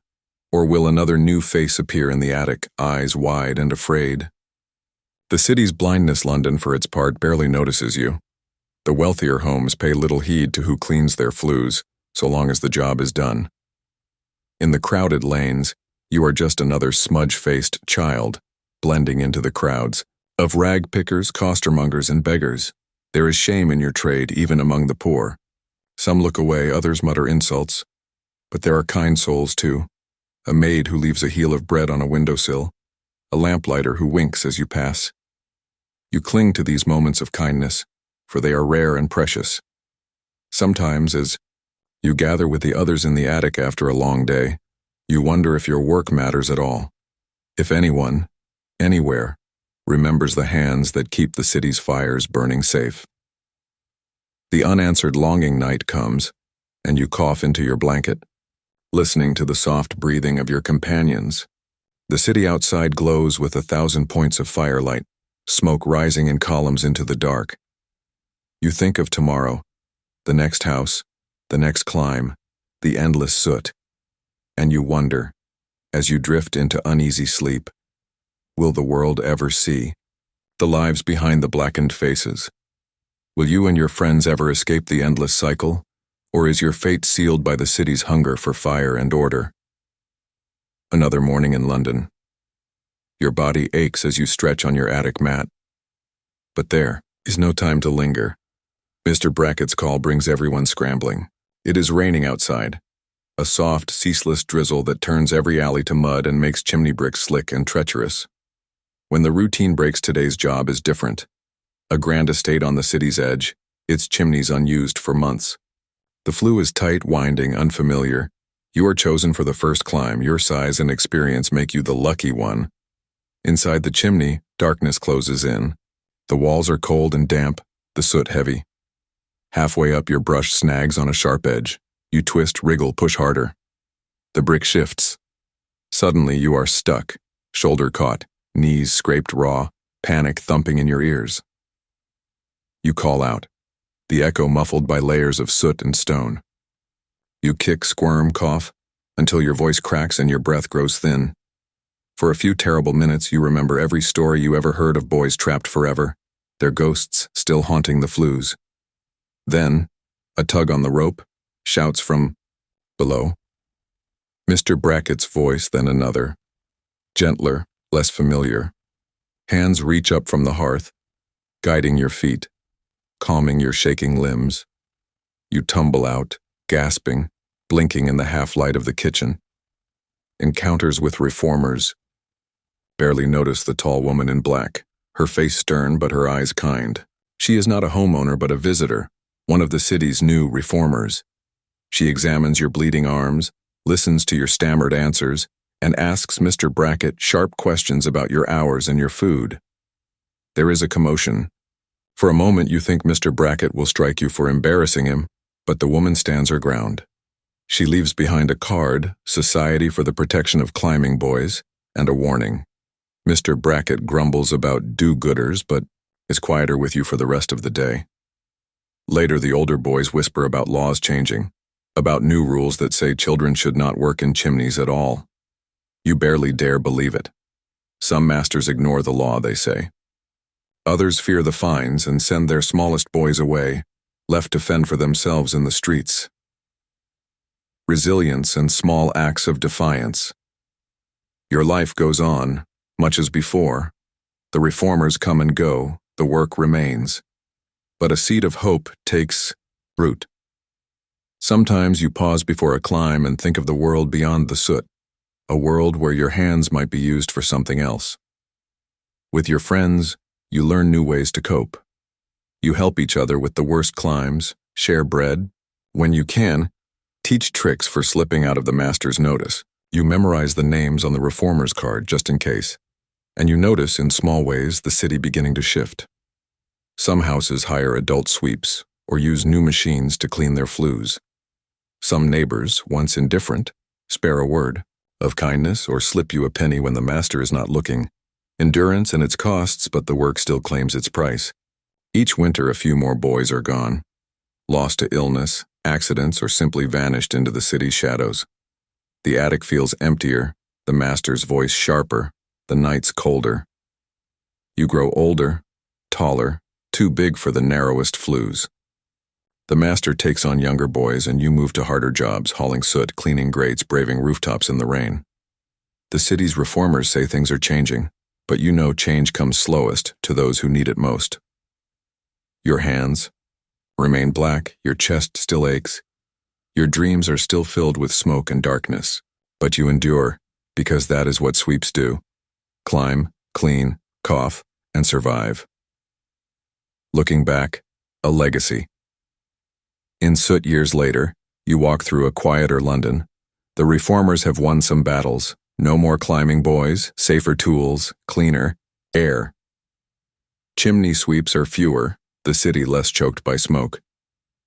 Yet in the back alleys you sometimes see a flash of sooty skin or hear a laugh that reminds you of old friends. You wonder if the city remembers the lives spent in darkness, the boys who risked everything for a bit of bread and a warm place to sleep. You wonder if your own story will matter, or if you will be just another ghost in the flue, forgotten, unseen, but woven into the bricks and mortar of the city itself. And as you pause beneath a quiet chimney stack, you reflect. How many hands built the safety and comfort that others take for granted? What quiet acts of endurance are buried beneath every thriving city, waiting for their story to be told, or simply remembered, in the silence after the soot is swept away? You rise before dawn in a narrow room of mud brick, the Nile's breath, drifting cool through a reed lattice window. The city of Thebes stirs, the call of ibises and distant chatter of market stalls echoing off ancient walls. Today, as every day, you are not a laborer, not a priest, but something both coveted and thankless, an apprentice scribe, learning the art that shapes memory and power in a land ruled by the gods and the weight of written words. The burden of learning your father's pride is tempered by worry. The path of a scribe promises security and respect, but demands years of silent, patient labor. For every moment spent watching the priests parade or listening to courtly poetry, there are hundreds spent hunched over a worn plank, brush poised above the faint lines of papyrus, copying the same symbols again and again. Your day begins with lessons. Your master, Scribe Amenhotep, a lean, sun-browned man with calloused fingers and an unyielding gaze. He dictates lists, grain deliveries, tax ledgers, temple inventories. You repeat after him, ink running thick on your rush pen, the papyrus sometimes so coarse it tears at the lightest stroke. Errors are not tolerated. A smudge can mean hours lost, a misplaced symbol, a rebuke. The bureaucracy of Egypt is vast, and the margin for error is as thin as a reed. Amenhotep insists on perfection, not just for your sake, but because every mistake may echo into the annals of pharaohs, priests, and tax collectors. Tools of the trade, you learn to make your own ink, mixing soot or red ochre with water and a bit of gum. You cut your own pens from river reeds, sharpening each end with care. The papyrus sheets, precious and sometimes scarce, are kept flat between heavy stones to dry. The scribe's kit is both badge and burden, a wooden palette with wells for black and red ink, a knife for scraping, a rag for wiping away the mistakes you hope to forget. The light is everything. You move your stool as the sun tracks across, the courtyard squinting to catch every mark. By noon, the heat is stifling, the flies relentless. You brush them away with one hand while steadying your work with the other. The chore of copying. Most of your time is spent in endless repetition, copying ledgers, prayers, contracts, lists of workers and their daily rations. The work is dull, but the stakes are high. Every name must be correct, every quantity precise. A scribe's error can mean lost wages, missed offerings, or even angering the gods. At least that is what the priests say.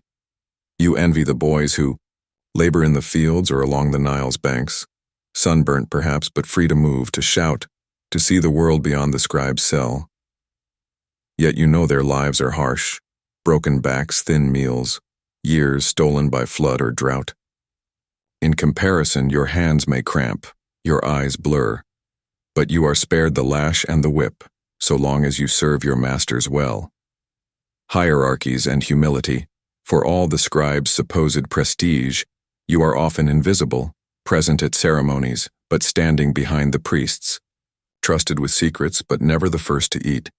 Your master receives invitations to banquets and festivals, but you are left in the courtyard to finish another column of accounts, the sounds of music and laughter drifting just beyond the wall. Scribes are not warriors or landowners, yet without you, nothing in Egypt moves. No taxes collected, no field measured, no monument inscribed. You carry both privilege and weight, access to the world of letters, but also to the ceaseless labor of bureaucracy. At times, Amenhotep takes you to the temple library, a cool, shadowed place thick with the scent of papyrus and incense. Here, you glimpse the work of those who came before: hymns, love poems, medical treatises, and spells for the dead. Some scrolls are so old the symbols fade, and you marvel at the patience it must have taken to copy each by hand. The cost of accuracy mistakes are not just embarrassing, they are dangerous. Once you see a fellow apprentice beaten for confusing the sign for cow with ox. Another time, a scribe's miscount means a priest receives too little barley, and the error is repaid from the scribe's own share for a month. Even the noblest scribes worry. The pharaoh himself may order an audit of temple accounts, and woe to the man whose ledgers come up short. Scribes live in the shadow of scrutiny, quiet, careful, and sometimes anxious. Quiet moments and hopes. Still, there are moments of pride. When Amenhotep praises your work before the overseer, when a merchant's contract is sealed without correction, when you are allowed to record an offering to the gods in your own hand, you dream of one day writing your own stories, your own poems, something to outlast the endless lists and ledgers. But today, there is more work. The sun is high. Your back is stiff and the ink runs dry just as you finish the third page of accounts. The city hums beyond the walls, but you remain at your post, brush in hand, duty unending. As dusk falls and you gather your tools, you wonder, will all this diligence ever be remembered, or will your name vanish like ink in the rain? Is the scribe's true legacy found in the monuments of kings or in the quiet lines no one ever reads? You wake with the dawn and the aches of yesterday's labor. Your fingers are ink-stained, your eyes gritty from nights spent reading by lamplight. Still, the day's work awaits. Another page of accounts, another list to be copied, another decree to be transcribed for officials who may never speak your name, but depend upon your precision. The scribe's routine. Each morning follows a familiar pattern. You bow your head to Amenhotep, your master, then join the other apprentices in the open courtyard, rush pens at the ready. Today's lesson is a passage from a legal code, each line packed with formal phrases, all but impossible to commit to memory. You repeat after Amenhotep, inscribing the careful angular hieroglyphs on the rough papyrus. Every error earns a stern word, every flourish a raised eyebrow. It is not your job to embellish, only to record. By midday you are dispatched to the granary with another apprentice. The overseer waits, reed stylus in hand, dictating the inventory. Sacks of wheat, measures of barley, jars of oil. You jot it all down, glancing nervously at the scales and the shifty-eyed workers who hope you will overlook a missing measure or two. You have learned to be diplomatic. The overseer expects efficiency, but the workers depend on your silence when the counts do not add up. Sometimes a bribe, an extra fig, a sliver of dried fish, finds its way into your hand. You are tempted, but you know the price if you are caught. Amenhotep's trust, once lost, is seldom regained. At the heart of the bureaucracy as a scribe, You are both everywhere and nowhere. Your lists travel to the temple, the palace, the market. Your words shape taxes, judge disputes, and determine what each village owes to the pharaoh. In theory, you hold power. Knowledge is the engine of empire. In reality, you are only as influential as the next set of orders, the next favor granted or withheld. You see the city from every angle, the noisy markets where merchants haggle, the docks where workers unload grain, the hushed corridors of the temple, thick with incense and whispers. Scribes are respected but not beloved, needed, but never the ones to lead the processions or reap the first harvest. You catch fragments of gossip, see who bribes the priests, which families struggle, who has fallen from favor. You file contracts, record births and deaths, copy the prayers for funerals and the deeds for marriages. Sometimes you are asked to write letters for those who cannot, lovesick laborers, worried mothers, proud fathers. You see their secrets but must never betray them. The shadow of error, the anxiety of perfection never leaves you. The punishment, for mistakes can be harsh.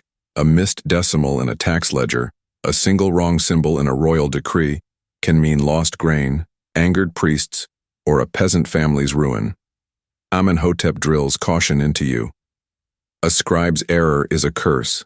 Double. Check, then check again. At night, you lie awake, replaying the day's pages in your mind. Did you mark the correct weight? Was the contract sealed with the right name? Once you see a senior scribe demoted for a string of errors, his possessions seized, his place at the temple given to another. The message is clear. The scribe's pen is light, but its consequences are heavy. The subtle privileges, there are rewards too.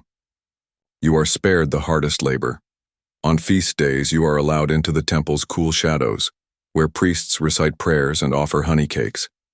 Sometimes Amenhotep rewards you with a story, tales of pharaohs, ancient wars, or legends of the gods. You savor these moments, storing them away for the long hours of work. You gain a certain authority. When the market crowds argue over weights and measures, it is your word recorded on papyrus that decides the outcome. You learn to hold your tongue, to weigh your words with care. A single careless phrase can cost a merchant his stall, or a widow her land. Your handwriting becomes your identity. Some officials ask for you by name, admiring the neatness of your columns. You feel a small pride when a clerk points to your page as the model for others to follow. Rituals and quiet hope says, dusk falls, you clean your tools, rinsing ink from the rush pens, pressing blotting cloths over damp lines, stacking finished sheets between stones. The ritual calms your mind. You watch the Nile darken, listen to the frogs begin their evening chorus, and sometimes you allow yourself to dream of writing something lasting, perhaps even sacred. Amenhotep has shown you the oldest scrolls, spells, for the dead poems to the sun, wisdom passed through countless hands. You wonder if your own words will survive or if they will vanish into the dust, lost with all the forgotten names before you. The unending uncertainty. Even as you rest, the doubt lingers. Will the next day bring praise or punishment? Can you keep your place in this delicate hierarchy, or will a single mistake unravel it all?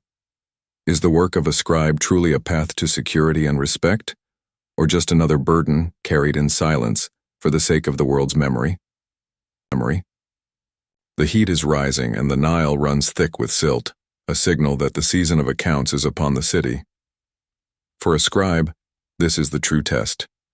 The moment when months of quiet labor are measured against the needs of pharaohs, priests, and ordinary people. You feel the old anxiety as you sharpen your rush pen and take your place among the rows of record keepers in the temple courtyard. The audit, pressure and panic. This year, the audit is especially tense. Rumors swirl of shortages, grain, lost to drought, tax quotas unmet, priests unhappy with their rations. High officials arrive in chariots, their cloaks dusted and bright, faces hard with expectation. You and the other scribes are summoned to unroll your ledgers, each symbol scrutinized, each calculation checked and checked again. The overseer's shadow falls over your shoulder. He asks pointed questions about a shipment from the Delta, a discrepancy in a granary tally. Your mouth goes dry. You explain, referencing notes from months before, your memory straining to recall every detail. You know what is at stake. A scribe who errs may be fined, demoted, even cast out. You have seen it happen before. Years of loyal service undone by a single wrong mark. The power in words. Despite the danger, you realize how much rides on your work. The priests cannot perform their rituals without accurate lists. The pharaohs. Armies cannot march without supplies precisely counted and delivered. Even the festival of the inundation, when the Nile's rise is celebrated by all, depends on your ledgers, how much bread to bake, how much beer to brew, how many offerings to the gods. On rare occasions, you see your own handwriting carried to the palace gates or read aloud in a crowded square. You stand unnoticed at the back, but the words are yours, the record of a city's pulse woven in ink. When the audit is complete and your accounts are approved, the relief is profound. Amenhotep allows himself a rare smile, and the apprentices relax for an evening, sharing sweet beer and laughter, grateful for another year's security. The quiet burden of memory. Yet you know that next season will bring the same labor, the same stakes. For every day spent recording history, there are 100 spent simply keeping it from unraveling. You see older scribes whose hands tremble from decades of work, who carry memories of lost scrolls, old scandals, ancient secrets buried in ledgers. Their pride is tempered by the knowledge that they will not be remembered, only the words they preserved. You have learned to accept your place, neither hero nor villain, but a silent architect of continuity. On some evenings, Amenhotep reads aloud a hymn or a story composed by a scribe long ago, his voice echoing in the library's cool shadows. You wonder if, in centuries to come, someone might read a line in your hand, never knowing your name. Change, and the passing of the reed change, is constant even in Egypt. Sometimes new orders arrive, different symbols, new taxes, unfamiliar rituals. Old scribes grumble, apprentices scramble to learn. You adapt as you always do, making your letters a little sharper, your numbers a little clearer. You witness the arrival of new rulers, the rise and fall of powerful priests, the slow drift of old customs into new forms. Your own life changes too. You rise from apprentice to full scribe, perhaps one day training others. You earn the respect of merchants and officials, learn which bribes to accept, which mistakes to admit, which secrets to keep. You find satisfaction in the order you help maintain, even as you accept its burdens. Legacy and dust and ink years pass, and the Nile floods and recedes. The city changes shape, but the work of the scribe continues. When you walk past a monument you once helped inscribe or hear your words echoed in a priest chant, you feel a quiet pride. You are not remembered in statues or songs, but your lines endure, threaded through contracts, prayers, and the fabric of daily life. You wonder sometimes about the countless other scribes, names lost, hands forgotten, whose careful lines built the world you know. You ask yourself, what is a legacy, if not a record of ordinary days kept alive by those willing to bear the burden of memory? Does it matter who holds the reed, or only that the story is told, year after year, in the hush of the scribe's chamber? You have wandered far tonight, through centuries and civilizations, but always in the quiet company of those history rarely remembers. You have traced the patient steps of farmhands, shivering through endless winters, scribes hunched over brittle papyrus and tired workers whose hands kept cities alive without thanks or rest. You have paused in the shade of ancient temples and in the smoky warmth of crowded longhouses. You have swept chimneys, tended the sick, and waited for the thaw that means another year has been survived. These stories were never written to inspire awe or rouse adventure. They are the slow pulse beneath the loud moments, the countless invisible threads that hold the world together. You have heard of hardship, yes, but also of hope. The small kindnesses, the stubborn courage, the rituals that carried meaning through long, dull days. Every life you met tonight was shaped by the same questions you may carry now. How do we endure? What makes an ordinary day worthy of memory? Where is the meaning in patience, repetition, and care? As the past settles gently around you, let the struggles and routines of these long-gone lives remind you of your own quiet strength. Their burdens are not so different from the ones you carry. The world, in every age, is moved forward by people who persist, who patch, record, sweep, and share even when no one is watching. Now let the echoes of their days fade into calm. Let your thoughts drift, the worries of your own world softened by the knowledge that you are part of an unbroken chain of endurance. Tonight, you sleep with history on your side, knowing that in every age, ordinary people have done the work that truly matters. Rest well. Tomorrow, both history and life will begin again, one quiet moment at a time.